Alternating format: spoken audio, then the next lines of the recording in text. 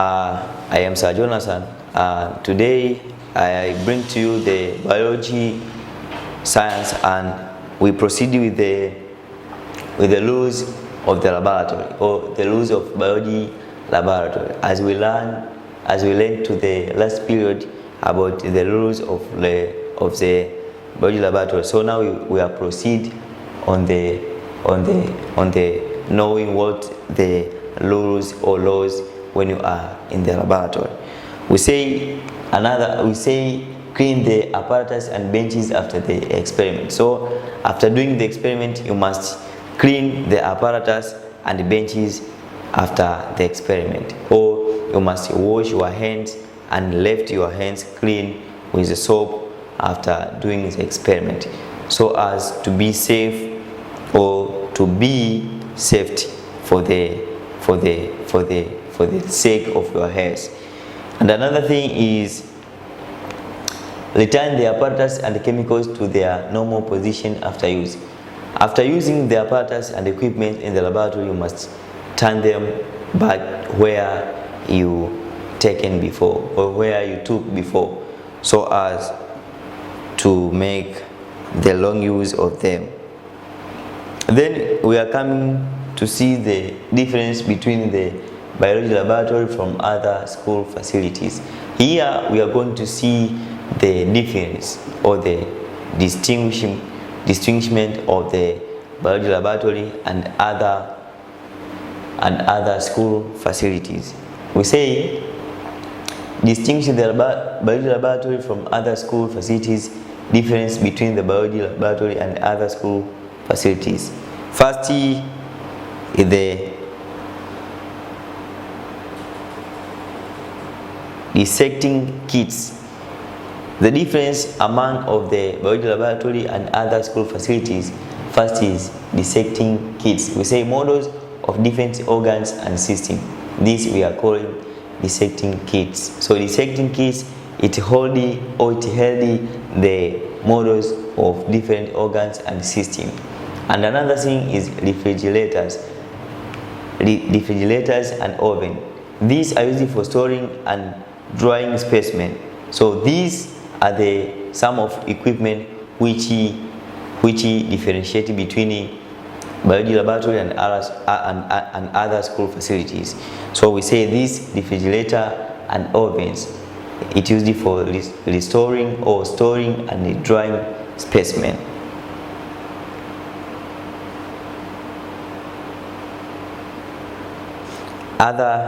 We say animal keeping units are chemicals designed for. So there is animal keeping units. There are such units which are designed for keeping animals who are alive, such as rabbit, that's cage. And other is chemicals. These are equipment, or these are the material designed for biological experiment, preserved specimen of living things. So these chemicals, we say these are designed for biological experiment, preserved specimen of living things, such as gases, electricity, water, and supply.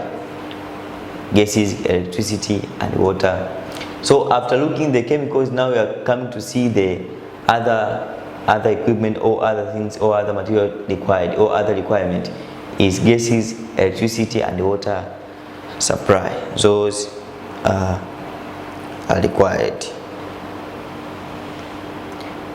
Aim, or the aim, we say aim to differentiate biology laboratory from other school laboratories or facilities. Procedures: let students visit the chemistry laboratory, physics laboratory, the school library, classroom, and the school store, and allow them to perform the following. So aim to differentiate biology laboratory from other school laboratory or facilities. Its aim is to let students to visit other school facilities, or to see other laboratories or other rooms of the school, such as chemistry laboratory, physics laboratory, the school laboratory, classroom, and school store. Allow them to perform the following. So we should allow them to perform, after making them to go to visit other laboratories or other rooms, then we should make them to do this. First, make a list of items that are found in each of the above named areas.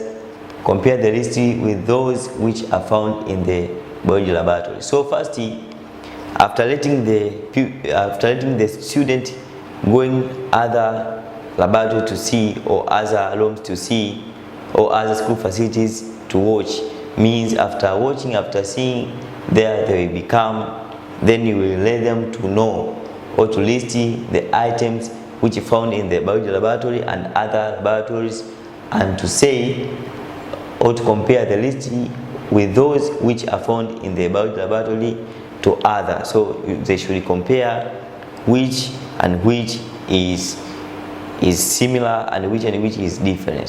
So they compare the facilities which are in similarity and difference from biology laboratory. Construct a table or difference showing a list of items which are found in the biology laboratory and those which are found in the above named school facilities are shown below. So it should be taken like this.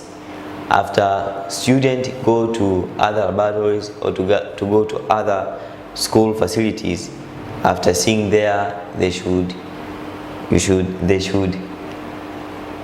create a diagram like this to show the difference between items of the biology and items of the other facility, of the other building facilities. Something like that. Then there is something which is called interpretation of warning. This interpretation of warning is how we just giving the science and giving the precaution when you are in the biology laboratory. So interpretation of warning signs on containers of laboratory chemicals and the apparatus interpret. We say this interpretation of warning signs on containers of laboratory chemicals and the apparatus interpret warning signs on containers of laboratory chemicals and the apparatus. So this interpretation of warning means it gives precaution, or it gives the warning on how to be in the laboratory and what to do and what not to do. So we say warning signs on laboratory chemicals and apparatus. Some of the chemicals and apparatus used in biology laboratory may be harmful or dangerous. There are some of apparatus or chemicals used in the laboratory may be harmful or dangerous. So that's why we have the signs, or we have the precaution, or we have the warnings that must be taken. And we say, before starting using any chemical,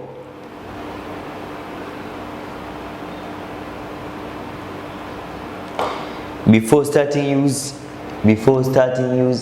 any chemical, you must know whether the chemical is toxic, flammable, oxidizing, explosive, irritant, or harmful. So these are the points before using any chemical to the laboratory, or to the biology laboratory, or to any laboratory.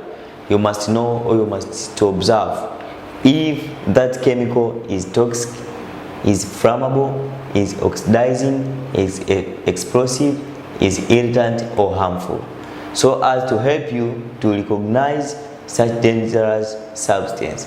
The containers of modern chemicals carry special chemicals warning signs as indicated below.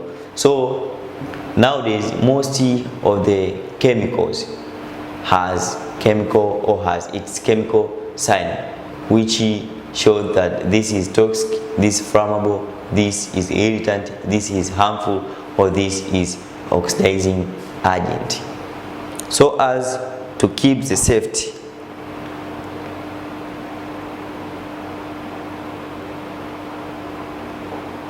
Toxic. When we're starting with the warning sign number 1, which is toxic. What is toxic? Toxic is a substance can cause death and dangerous. This toxic is substance which can cause dangerous and death. So if you see the symbol of toxic, means you should know that chemical can cause dangerous or death. That's why we say they may be poisonous when swallowed, breathed in, absorbed through the skin. So these can be dangerous when you swallow or breathe or absorb through the skin. So by that mean this toxic can cause harmful or can cause death through swallowing, breathing, and absorbing through the skin. Examples: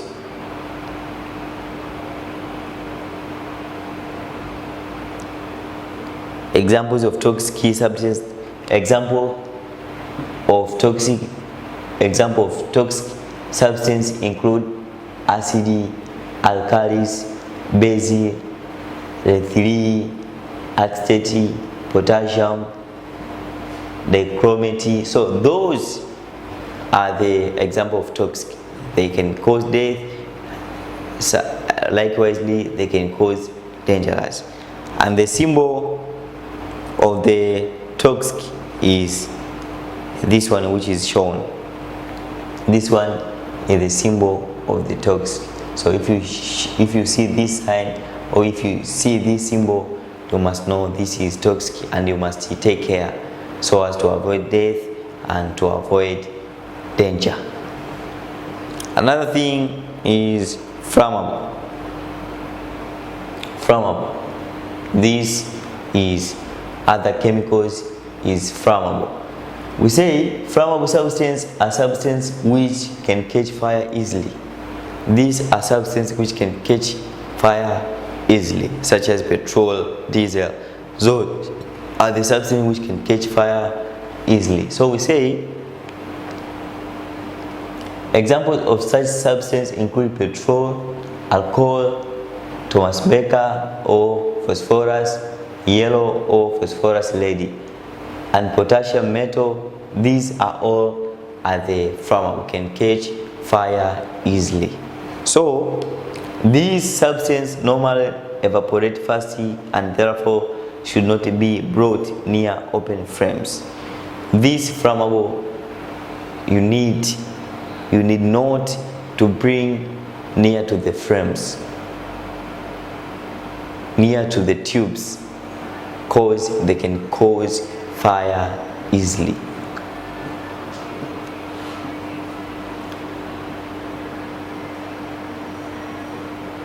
Another thing, these are normally evaporated fast and therefore should be not brought near open flames. That is to note. The symbol of the flammable is just like this. It is somehow like a fire.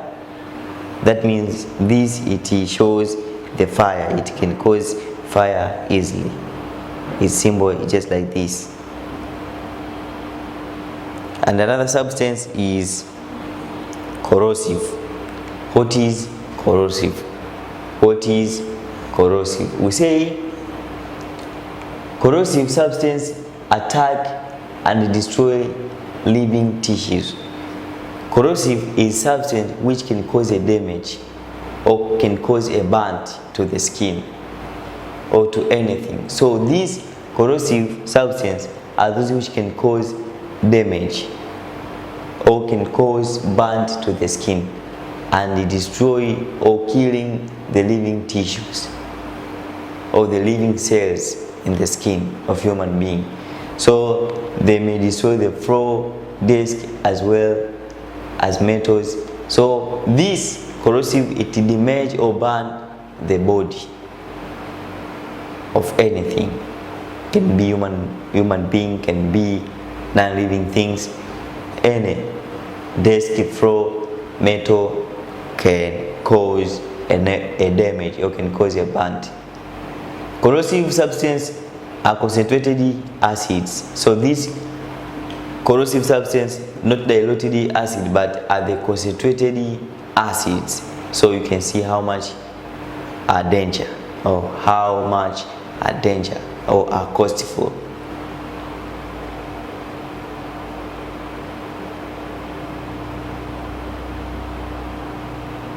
So these corrosive substances are concentrated acids, sulfuric acid, hydrochloric acid, nitric acid, and concentrated alkalis.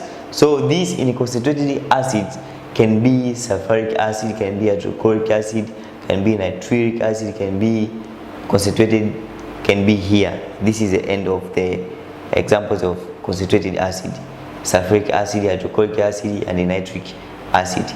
But can be concentrated alkalis or base, such as sodium, potassium, ammonium hydroxides, and therefore, if by accident a corrosive substance comes into contact with your skin, if it happens, there is chloride or there is corrosive substance just happens to our skin, there is advice: go to the sink and wash with a lot of water, so as to remove the chemicals and to move or to avoid the burn or the damage of the skin.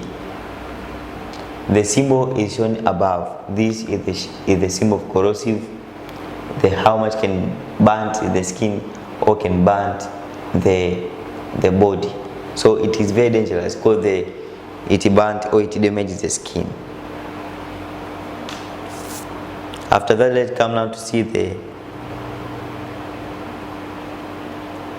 antioxidant. This is a chemical substance, antioxidant. We say antioxidant is a chemical or substance which accelerates burning.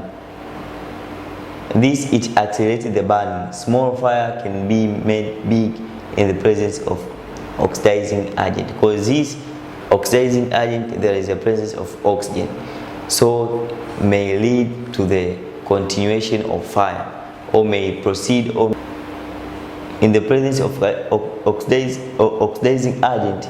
Small fire can be big fire in the presence of this oxidizing agent. Examples of oxidizing agent include potassium permanganate, potassium chlorate, and zinc nitrate. And the symbol of the oxidant or oxidant is that one. This one. Other chemical substance is explosive. It is all about explosion. Explosive substance. We say this explosive substance is the forceful rapid reaction which involves random throwing of particles. These explosive substance and explosion. These explosive substance are those which can cause explosion or can cause materials, can cause something to explode. That's why we say an explosion is a forceful rapid reaction which involves random throwing of particles. That is explosion. And through these explosive materials or explosive substance or explosive chemicals may lead to happen the explosion. And if something explode means there is bomb, there is a boom.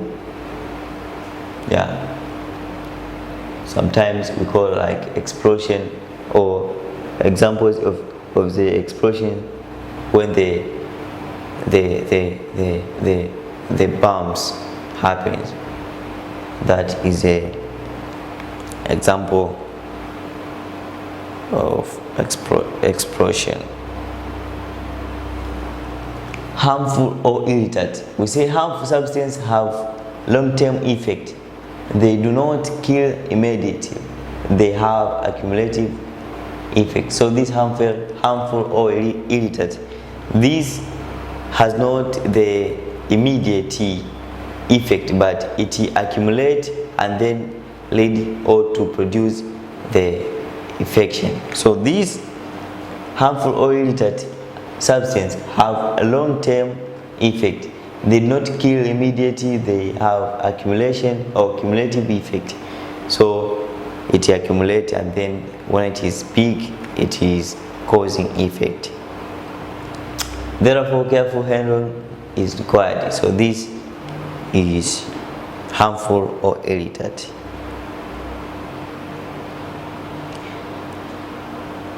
Irritant substance cause pains. We say irritant substance cause pains on the skin, or it causes to irritation, such as a skin just irritate the skin, or irritation of the skin, eyes. They can endanger one's health if they come into contact with the skin or eyes for too long.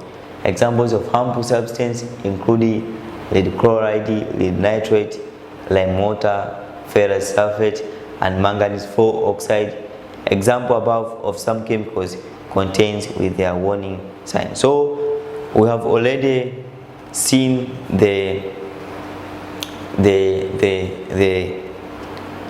we have already seen the chemical substance with their warning signs, and after that we are coming down to see activity to do. After looking the chemical sign or chemical substance with their warning sign, now we are coming to activity. First aim is to investigate chemical warning sign. Requirement is varieties of chemicals containers. Procedures is to collect chemicals containers, observe them carefully, and identify chemicals warning signs on them. Record your result as shown in the table that follows. So this is a activity to do. You may having this activity by your own, or by your group of people, or by your fellows, or by the group of people or group of students. You can do all together this activity. First, you must have to investigate chemical warning sign. Second requirement, varieties of chemical containers. This, after investigate chemical warning sign, varieties of chemical containers, then collect chemicals containers, observe them carefully, and identify chemical warning signs on them. So this you can enter to the laboratory and you can first investigate chemical warning sign if you can see to the chemicals. Secondly, varieties of the chemical containers, and said correct chemical containers, observe them correctly, and identify warning sign on them.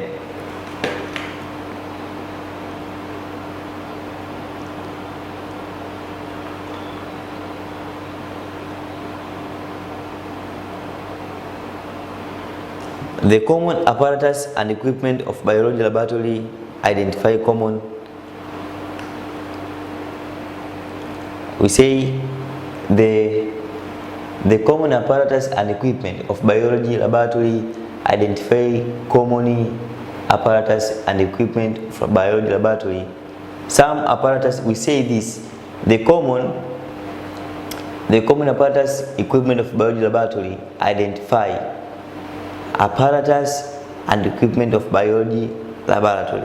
Some apparatus and equipment used in the biology laboratory. So these, we say the common apparatus and equipment of biology laboratory. Identify the apparatus and equipment of biology laboratory. Some apparatus and equipment used in the laboratory. So it is that.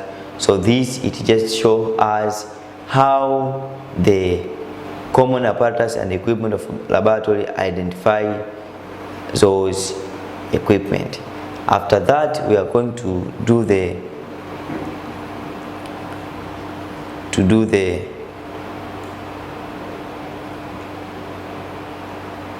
we are going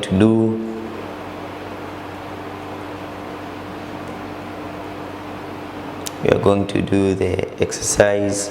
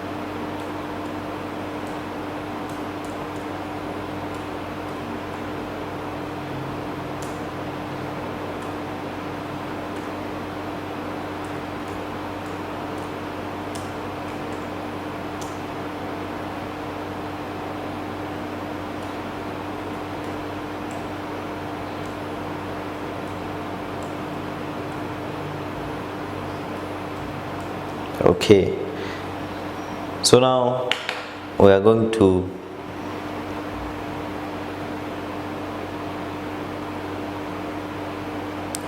do an exercise here down. First question, what is harmful? Second question, what is chemical? Third question, what is flammable? Fourth question, what is toxic? So first, what is harmful? Second, what is chemical? Third, what is flammable? And fourth, what is toxic substance? So you are going to do all the questions, and I would like to wish you the good job, the good work, and we love you so much. Edukea Company, come and proceed to learn with us.